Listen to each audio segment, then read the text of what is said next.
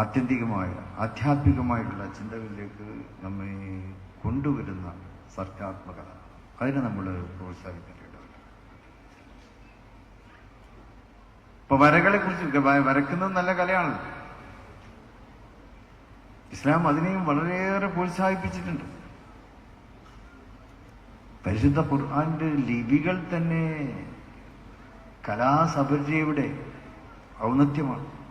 Islamic calligraphy എന്ന് നമ്മളതിന് പറയാറുണ്ട്. മറ്റ് വരകളെക്കാളും ഇസ്ലാമിന്റെ ആ ഒരു പാരമ്പര്യം ഇത്തരം കാലിഗ്രാഫി,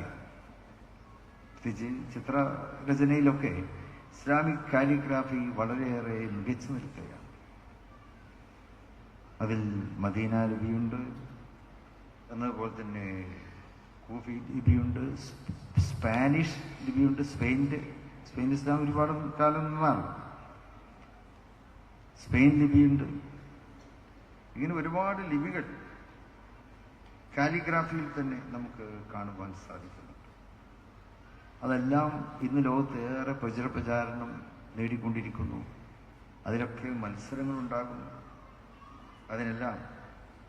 അതിലേക്കെല്ലാം മത വ്യത്യാസമില്ലാതെ എക്സ്പേർട്സ് അതിലൊക്കെ പങ്കെടുത്തുകൊണ്ടിരിക്കുന്നു.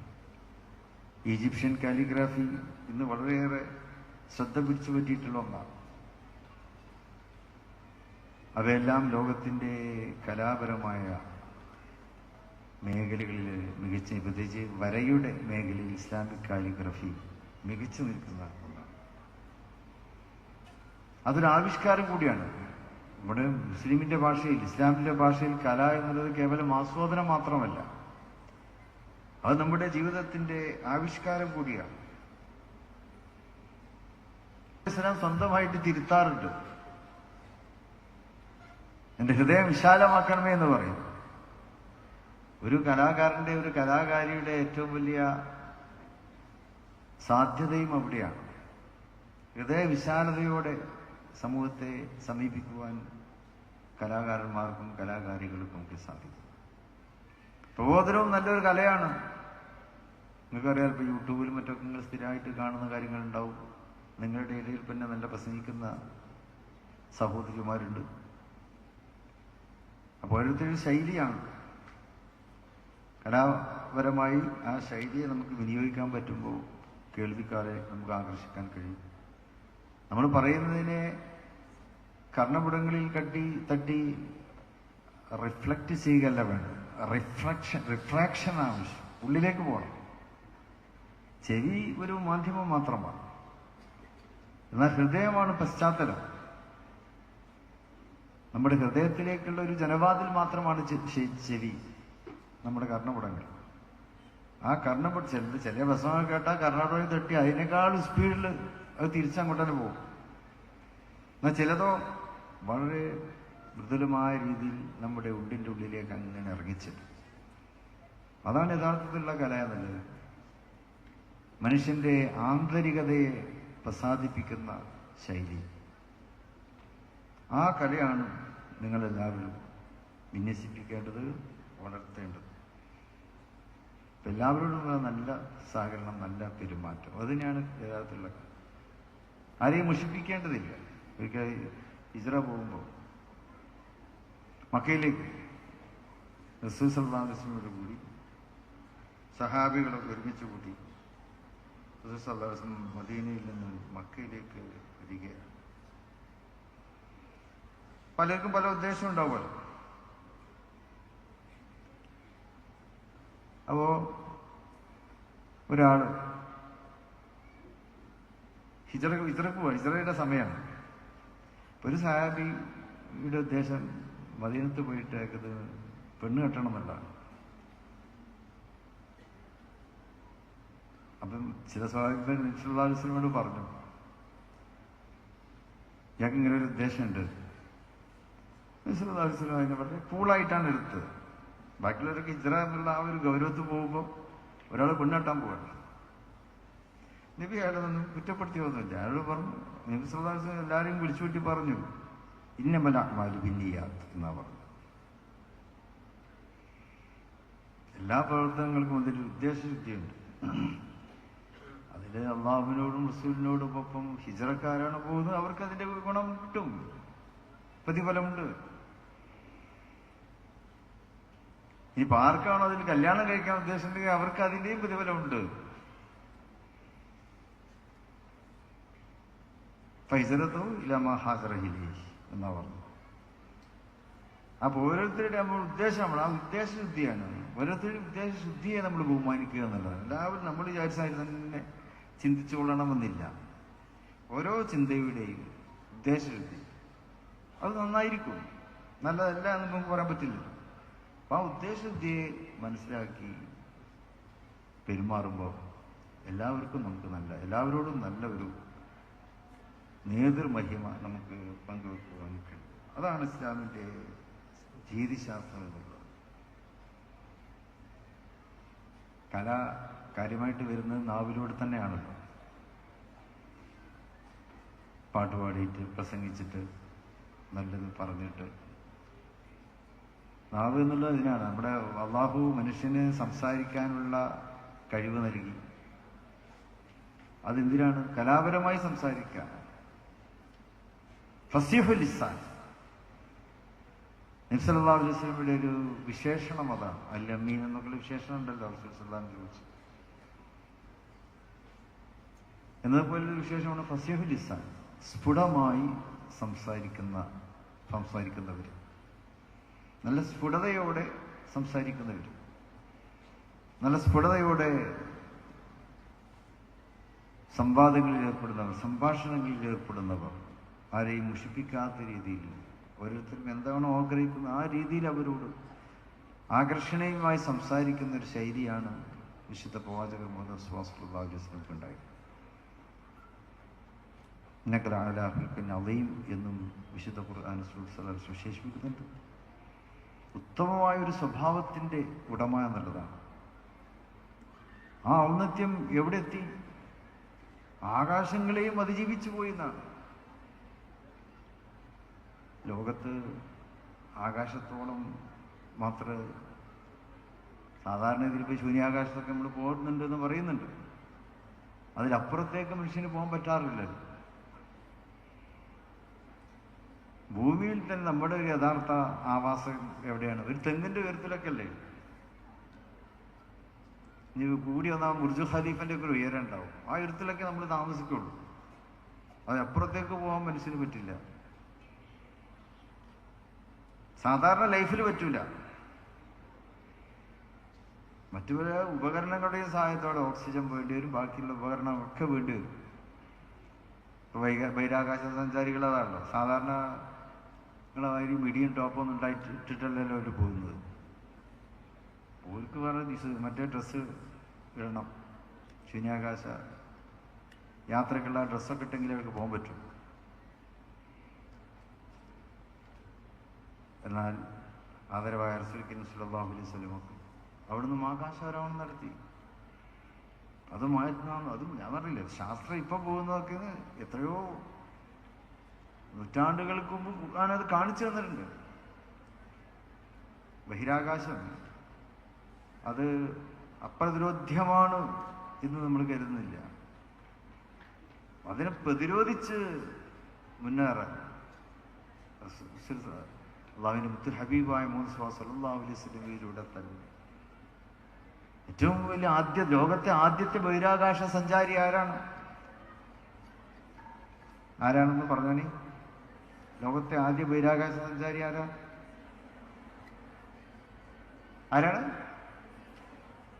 സല്ലല്ലാഹു അലൈഹി വസല്ലം. ജിബ്രീൽ അലൈഹിസ്സലാമിന്റെ ചിറകിലേറിയിട്ടുള്ള സഞ്ചാരം. മക്കയിൽ നിന്ന് മദീനയിലേക്ക് അതൊരു നാനോ ടെക്നോളജിയാണ്.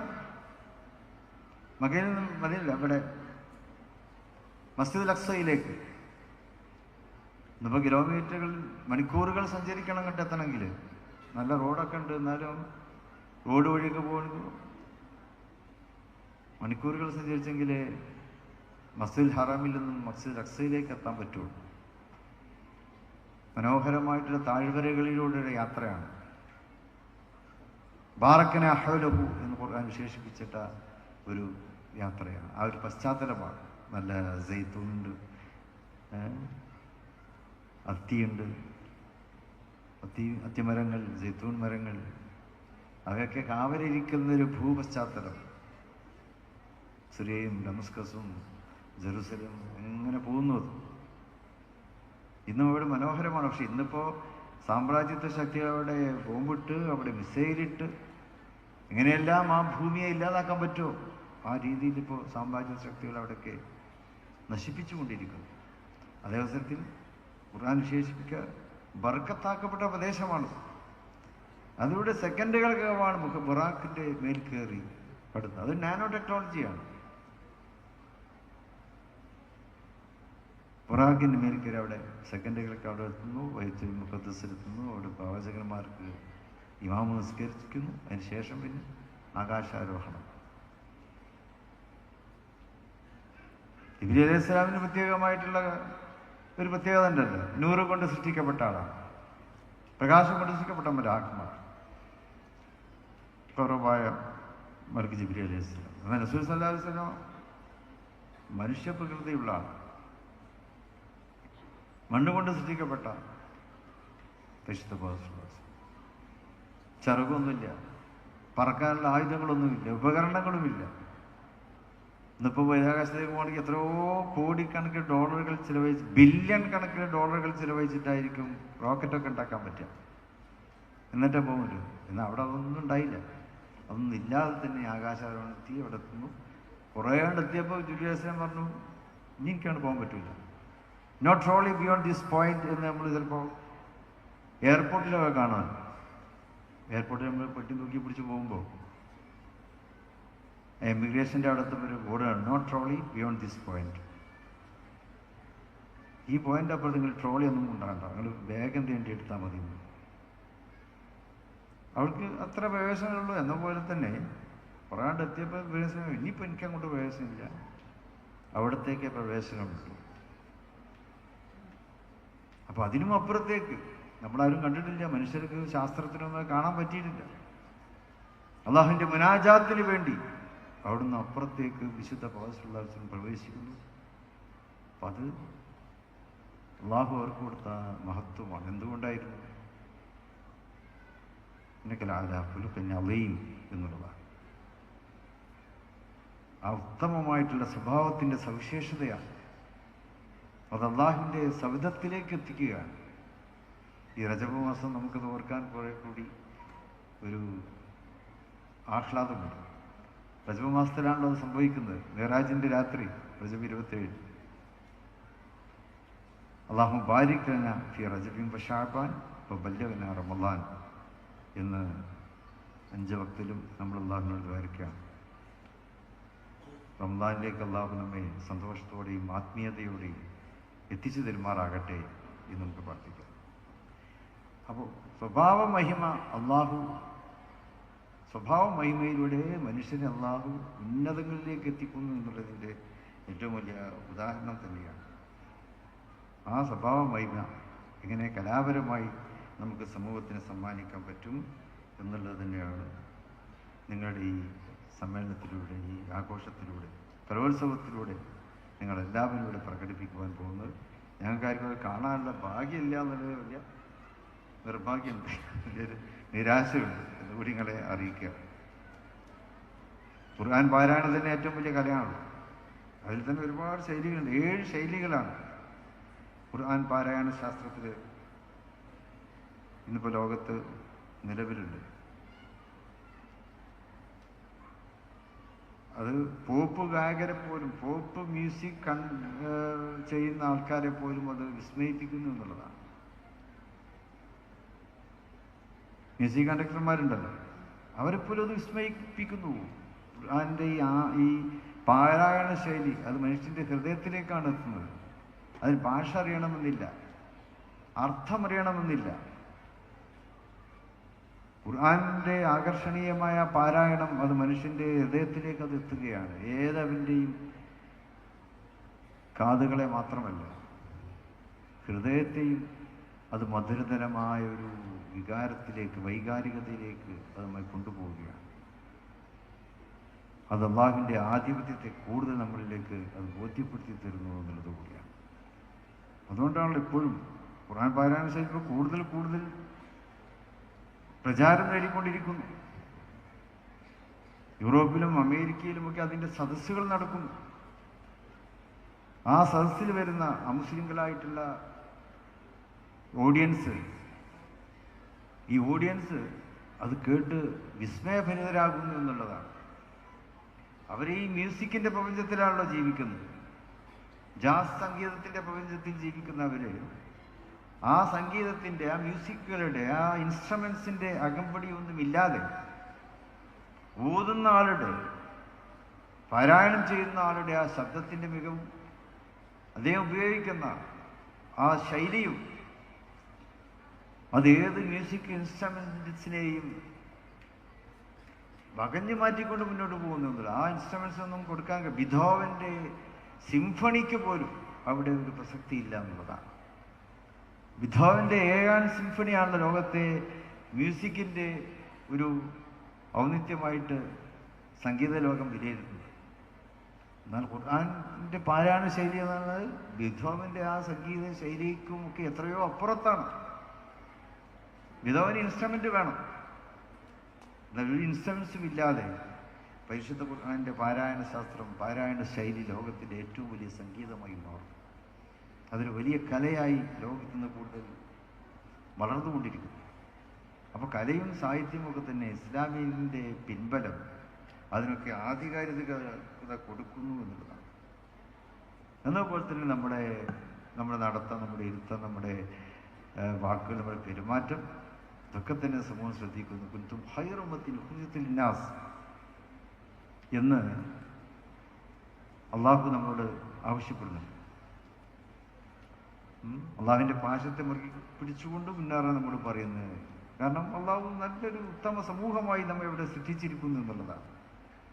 ആ ഉത്തമ സമൂഹത്തിൻ്റെ സൃഷ്ടിപ്പും അതിൻ്റെ ആ പ്രായോഗിക തലവും അതൊന്നും നമുക്ക് പിടിച്ചാൽ കിട്ടാത്തതല്ല. അതൊക്കെ നമുക്ക് സന്നിവേശിപ്പിക്കാവുന്നതാണ്.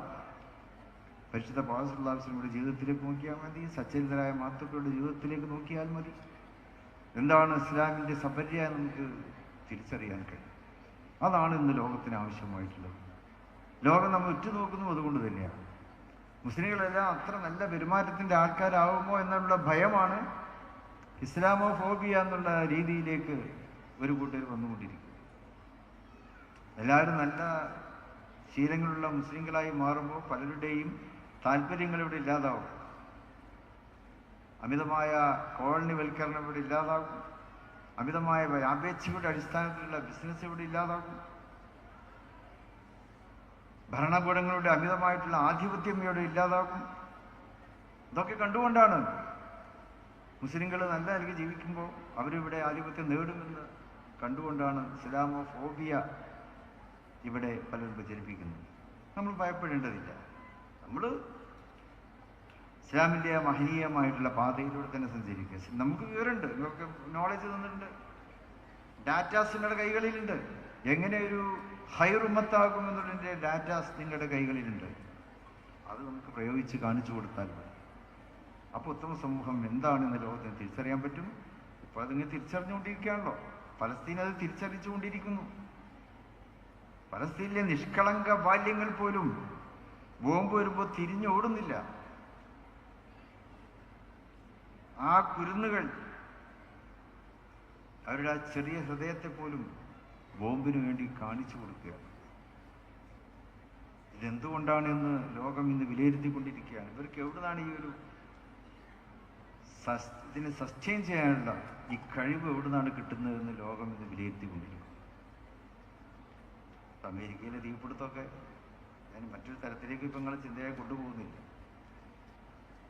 ബോംബും പീരങ്കിയും മിസൈലും ഇട്ടുകൊണ്ട്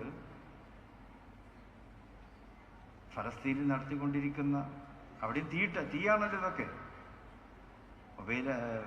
മിസൈലായാലും ബോംബായാലും സ്ഫോടനങ്ങളായാലും മൈനായാലും തീ ഉതിർക്കുകയാണ് നിഷ്കളങ്കമായ മനുഷ്യർക്കെതിരെ. ആ ആ ഉപകരണങ്ങളൊന്നും ഇല്ലാതെ ഇതിനൊക്കെ സഹായിക്കുന്ന കുറച്ച് ആൾക്കാർ ലോകത്തുണ്ടല്ലോ. ബില്യൺ കണക്കിന് ഡോളറുകൾ ഇപ്പോഴും ഇസ്രായേലിൽ നൽകിക്കൊണ്ടിരിക്കുന്നവർ. 25 ബില്യൺ അവിടെ കൊടുത്തു എന്നാ പറഞ്ഞു. എന്നപ്പോ അമേരിക്കൻ്റെ ആ തീപിടുത്തം 75 ബില്യൺ ഡോളറിന്റെ നഷ്ടം അവർക്ക് ഉണ്ടാക്കി എന്നാ പറയും. അവിടെ ആണെങ്കിൽ മിസൈലും ഇല്ല, ബോംബും ഇല്ല, ഒന്നുമില്ല. എവിടുന്നാണ് ഈ തീ വന്നത്? ഒരാഴ്ചയായി കത്തിക്കൊണ്ടിരിക്കുകയാണ്. ഇവരിങ്ങനെ ഫയർഫോഴ്സ് ഇങ്ങനെ അണയ്ക്കാൻ ശ്രമിക്കുന്നുണ്ട്. അപ്പോഴേക്കും വേറെ കാറ്റ് വരുന്നു. കാറ്റ് വന്ന് വീണ്ടും തീന്റെ വ്യാപ്തി വർദ്ധിപ്പിക്കുന്നു. 160 കിലോമീറ്റർ വ്യാസത്തിലാണ് അവിടെ കത്തിയതെന്നാണ്. ഇപ്പോഴും കത്തിക്കൊണ്ടിരിക്കുകയാണ്. 1400ഓളം ഫയർഫോഴ്സ് എൻജിൻസ് അവിടെ പ്രവർത്തിക്കുന്നുണ്ട്. എത്രയോ സൈനികർ, പല രാജ്യങ്ങളും അയച്ചു കൊടുത്ത സൈനികര് അവിടെ അത് തീ അണക്കാൻ വേണ്ടി ശ്രമിക്കുന്നുണ്ട്. പോയി പറ്റിയിട്ടില്ല. എല്ലാ ടെക്നോളജിയും അവിടെ ഉണ്ടല്ലോ. ഒരു ഭാഗത്ത് ആയുധം ഉപയോഗിച്ച് കത്തിക്കുമ്പോഴും വേറൊരു ഭാഗത്ത് അതൊന്നും ഇല്ലാതെ തന്നെ കത്തൽ നടക്കും. കാണേണ്ടവർ കാണും, അനുഭവിക്കേണ്ടവർ അനുഭവിക്കും എന്നുള്ള രീതിയിൽ കാര്യങ്ങൾ ലോകത്തിന് വ്യക്തമായിക്കൊണ്ടിരിക്കുക. ഇത്തരം ഒരു സാഹചര്യത്തിൽ എന്ന അള്ളാഹുവിൻ്റെ ആ മഹനീയമായ വചനത്തെ മുറുകെ പിടിച്ചുകൊണ്ട് തന്നെ നമുക്ക് മുന്നോട്ട് പോകണം. നമ്മുടെ കലയും നമ്മുടെ സാഹിത്യവും നമ്മുടെ ജീവിതവും നമ്മുടെ ബോധന പ്രവർത്തനങ്ങളും എല്ലാം ആ മേഖലയിലൂടെ ആയിരിക്കണം മുന്നോട്ട് പോകേണ്ടത് എന്ന് ഇവിടെ ഓർപ്പിക്കുന്നു. കൂടുതലായിട്ടൊന്നും പറയുന്നില്ല.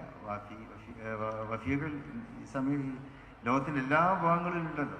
എത്രയോ രാജ്യങ്ങളിൽ നമ്മുടെ വഫിയകൾ സേവനം അനുഷ്ഠിക്കുന്നുണ്ട്, പഠിച്ചുകൊണ്ടിരിക്കുന്നുണ്ട്.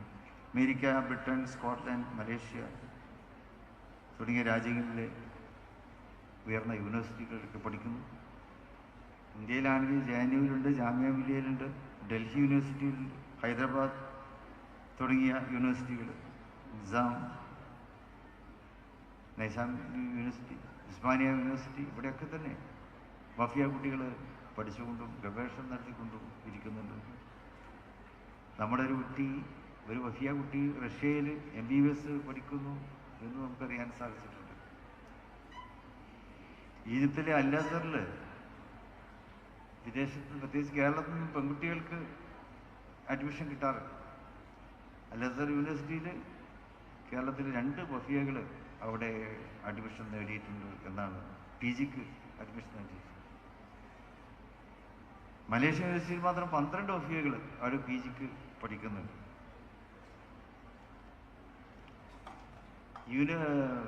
ഫുജേറയിലെ യൂണിവേഴ്സിറ്റിയിൽ, ഫുജേറ ഗവൺമെൻറ് നേരിട്ട് നടത്തുന്നതാണ്. മുഴുവനും അറബികളാണ്, അറബിക് സ്റ്റുഡൻസ് മാത്രമല്ല.